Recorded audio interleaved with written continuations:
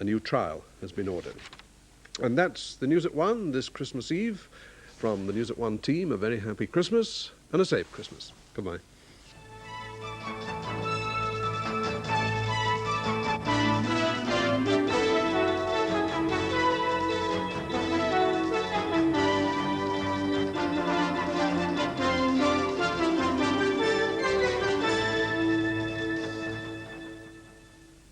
At 1:30, close encounters of the third kind, right after the Thames News.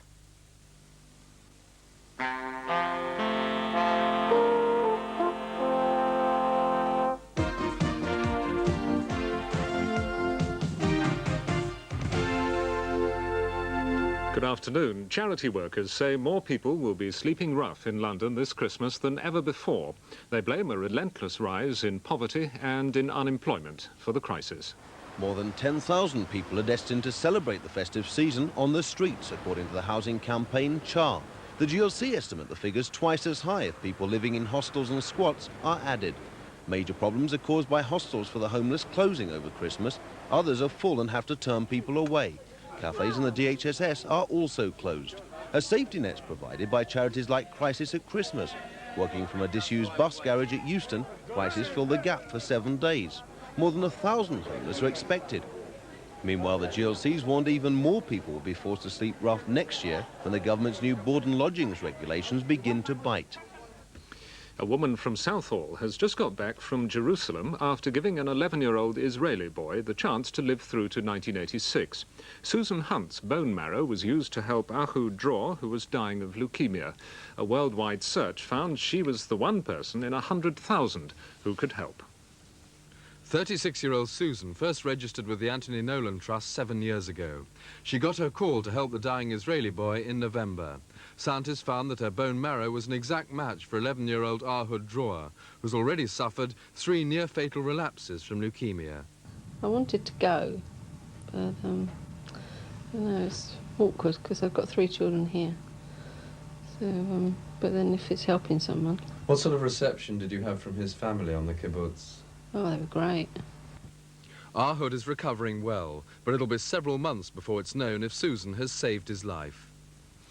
The jury trying a man for the murder of 7-year-old Leonie Darnley have failed to reach a verdict. There'll be a retrial in the new year. After a night in a hotel and 6 hours of deliberation at the Old Bailey, the jury said they were hopelessly divided. Patrick Riley, a labourer from Tufnell Park, denies murder. Leonie vanished after a picnic near her home in Battersea in July last year. Her body was later found in the basement of the flats where she lived. Battersea Dogs Home, who expect a big influx of abandoned pets after the holiday, say they're already looking after a record number of dogs. The home have nearly 700 dogs in their care, 200 more than normal at this time of year. They say they've had an alarming number of people coming to them directly with unwanted pets, and they expect to become even more crowded when unwanted Christmas gifts arrive. A group of 8 youngsters from Richmond Youth Club will be spending their Christmas thousands of miles away in southern India and Sri Lanka. They've each raised £300 to make the trip and work on a variety of projects helping the underprivileged.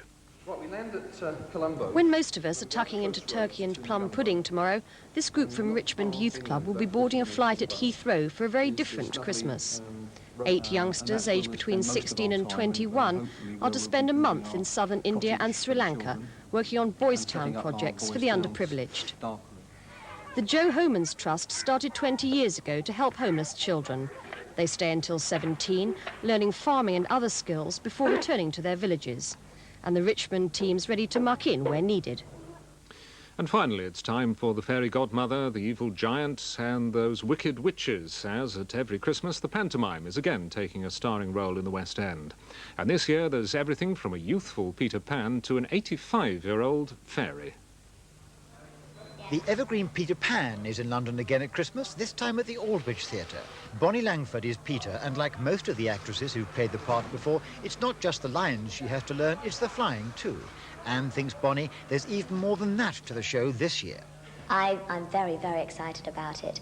I think that the thing is, because it has this different area to it, the fact that it is a musical as well, for me makes it very exciting because I know that the music is lovely. And at the Richmond Theatre, Evelyn Leigh is Fairy Christabel in Babes in the Wood.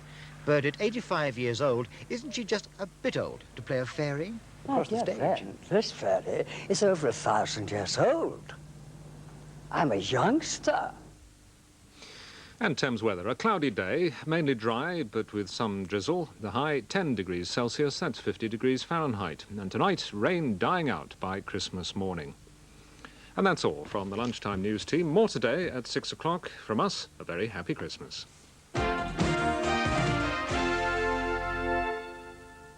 We're just a few moments away from Close Encounters of the Third Kind.